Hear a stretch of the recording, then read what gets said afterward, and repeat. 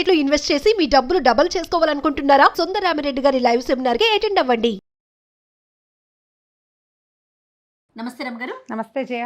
రమగారు, మనం దసరా నవరాత్రులు స్పెషల్ నైవేద్యాలు చేస్తూ ఉన్నాము. గోధుమ రవ్వతోటి పాయసం చేద్దాం. మనం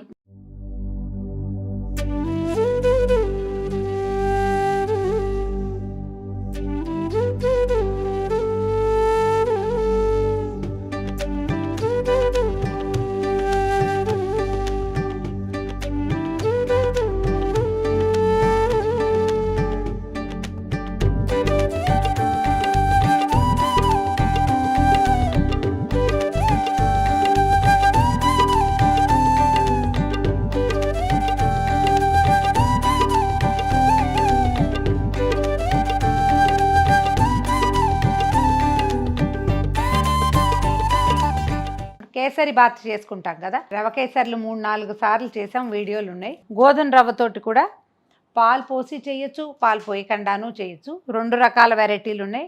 ఒకటి చెప్తాను, రెండోది చేసి చూపిస్తాను. గోధుమ రవ్వ బరగ్గా ఉన్న రవ్వ తీసుకోండి. చూడు కనిపిస్తుంది కదా, ఇది కొంచెం బాగుంటుంది, చక్కగా విరిబడి ఒక్కొక్క గ్రెయిన్ అంటే ఏమనాలి, హిందీలో అయితే దానా దానా అంటాం. ఈ రవ్వలో ఉన్న ప్రతి పలుకు బాగా చక్కగా ఉడికి అందంగా కనపడుతుంది.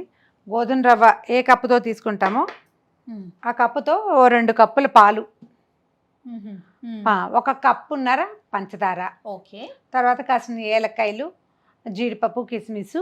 ఇంత దీనికి మనం పాలు పోస్తాం కాబట్టి నెయ్యి తక్కువ. ఒకవేళ మీరు పాలు పోయారు అనుకోండి, అప్పుడు కప్పుకి కనీసం 1/2 కప్పు నెయ్యి కావాలి. ఓకే, కొంచెం నెయ్యి సరిపోతుంది. నెయ్యి వేసి ముందు గోధుమ రవ్వని బాగా దోరగా చక్కగా వేగనివ్వండి. గుమ్మగుమ్మలాడేలాగా రవ్వలో తెలుపు వచ్చేసేయాలి.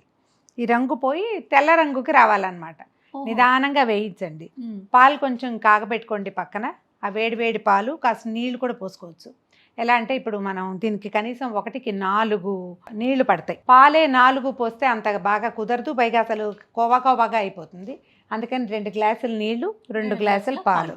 ముందు నీళ్లు పెట్టుకోవటం పక్కన. ఈ రవ్వ వేగగానే ఆ వేడి నీళ్ళు పోసుకోవటం. ఆ వేడి నీళ్ళల్లో ఉడుకుతుండగానే పాలు ఒకసారి హైలో కొంచెం కాగనివ్వండి. మరి పచ్చిపాలు అయితే అంత బాగుండదు, ఏమిటో ఒక సాటిస్ఫాక్షన్ ఉండదు అనమాట.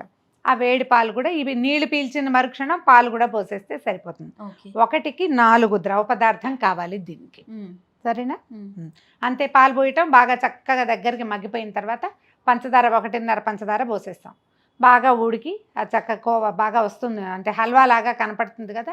నెయ్యి ఎక్కువ వేయం కాబట్టి నెయ్యి కనపడదు మనకు, అది ఉడికిన భావకం కనపడ్డాక జీడిపప్పులు, కిస్మిస్లు వేయటం, కొంచెం ఏలక్కాయలు వేసుకోవటం. మీకు ఆసక్తి ఉంటే కాస్త అంత కుంకుమ పువ్వుని పాలల్లో నానబెట్టి పెట్టుకోండి, అది కూడా వేసుకోండి. ఈ రవ్వకి కుంకుమ పువ్వు ఏంటంటే రంగులో ఏం పెద్ద చేంజ్ కనపడదు మనకి. తెల్ల రవ్వ అయితే కనిపిస్తుంది. చక్కగా దాన్ని పళ్ళెంలో వేయటం, పైన కాస్త నేర్చుకు వేసి అమ్మవారికి నివేదన చేసుకోవటమే. తప్పకుండా. ఓకే, ముందే చేద్దామంటే కొంచెం నెయ్యి వేసి జీడిపప్పులు, కిస్మిస్లు వేయించుకుందాం. ఎక్కువ పప్పులు వేస్తే వేసేసామంటారు. వీటిని సగం సగం చేస్తాను అమ్మగారు, అందరికీ వస్తాయి. నేను కూడా అంతే చేస్తా చేయ. ఓకే, మీ దగ్గరే నేర్చుకున్నాను నేను. ఇంత లావు పప్పులు వేసి 10 పప్పులే వేసామనుకోండి, ఎవరి నోట్లోకి ఒక్కొక్కరికి 3-4 వచ్చేస్తే ఒక్కొక్కరికి 1 రాదు. అందుకని ఏం చేయాలంటే చిన్న ముక్కలు చేస్తే అందరికీ తలా ఒక 2, 3, 4, 5, 6 అలా వస్తాయి. చాలు.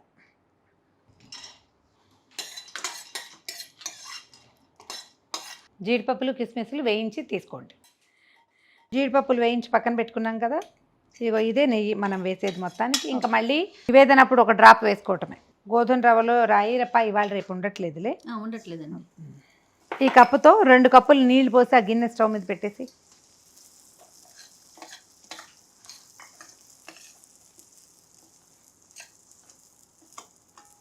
ఈ రవ్వ మరీ ముతగ్గా ఉందనిపిస్తే 5వ గ్లాసు పాలు కూడా పోసుకోవచ్చు, ఏం అనుమానం ఏం లేదంటే.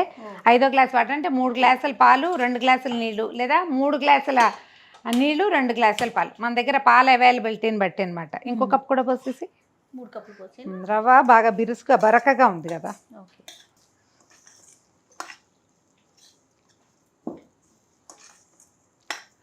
నిదానంగా సన్నటి మంట మీద దోరగా వేయించండి. ఇది ఏంటంటే పొయ్యి హైలో పెడితే అడుగు మాడిపోయి నల్లగా తెల్లగా 3 రంగుల్లోనూ కనపడుతుంది. అలా ఉండకూడదు, ఈవెన్గా వేగాలి. చక్కగా నిదానంగా సన్న మంట మీద కనుక వేయిస్తే గరిట మాత్రం వదలకూడదు. రమ్మగారు వేగిందా? చూడు రవ్వ మీకు తెల్లగా కనపడుతుందా, వాసన వస్తుంది గుమగుమలాడుతూ. అవునండి. రవ్వ తేలిక పడ్డట్టు తెలుస్తోంది. ఇందాకటి బ్రౌన్ కలర్ ఏది అంత తెల్లగా పడింది కదా, వేగితేనే ఇది బాగా కుదురుతుంది. స్టవ్ ఆపేసి ఆ నీళ్ళు కొద్దిగా పోసేద్దాం ఇందులో. ఆ స్పూన్ తీసి, ఇందులో స్పూన్ ఎందుకు ఉందని డౌట్ వస్తుంది. తొందరగా కాగటానికి ఇందులో ఏదైనా స్పూనో చిన్న కటోరియో పడేస్తే నీళ్ళు స్పీడ్గా కాగిపోతాయి.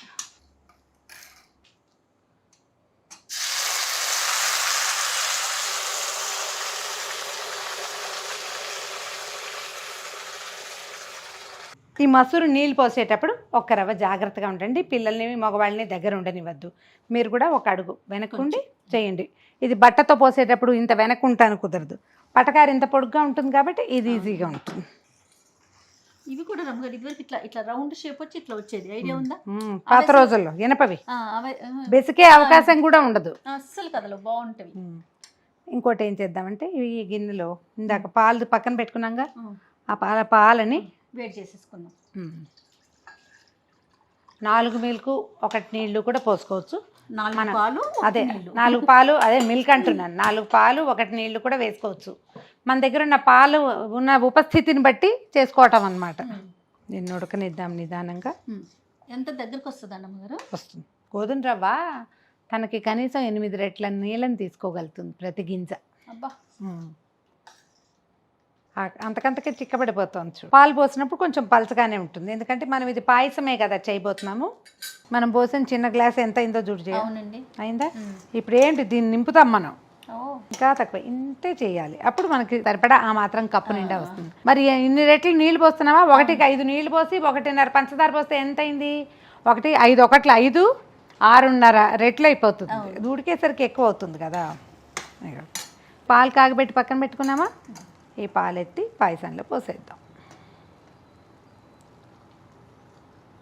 మీగడ కడితే చక్కగా మీగడతో సహా పోసేయండి, ఎక్కువ రుచిగా ఉంటుంది. కొంచెం ఇది కొత్తలాడి చుట్టుపక్కల పడుతుంది కాబట్టి కాస్త వెనక్కుండండి. స్టవ్ కొంచెం సిమ్లో పెట్టండి. 3 లాగేసిన రవ్వ ఈ 2 కూడా దగ్గరికి లాక్కుంటుంది. హల్వా కంటే కొంచెం వదులుగా ఉంటుంది. ఓహో,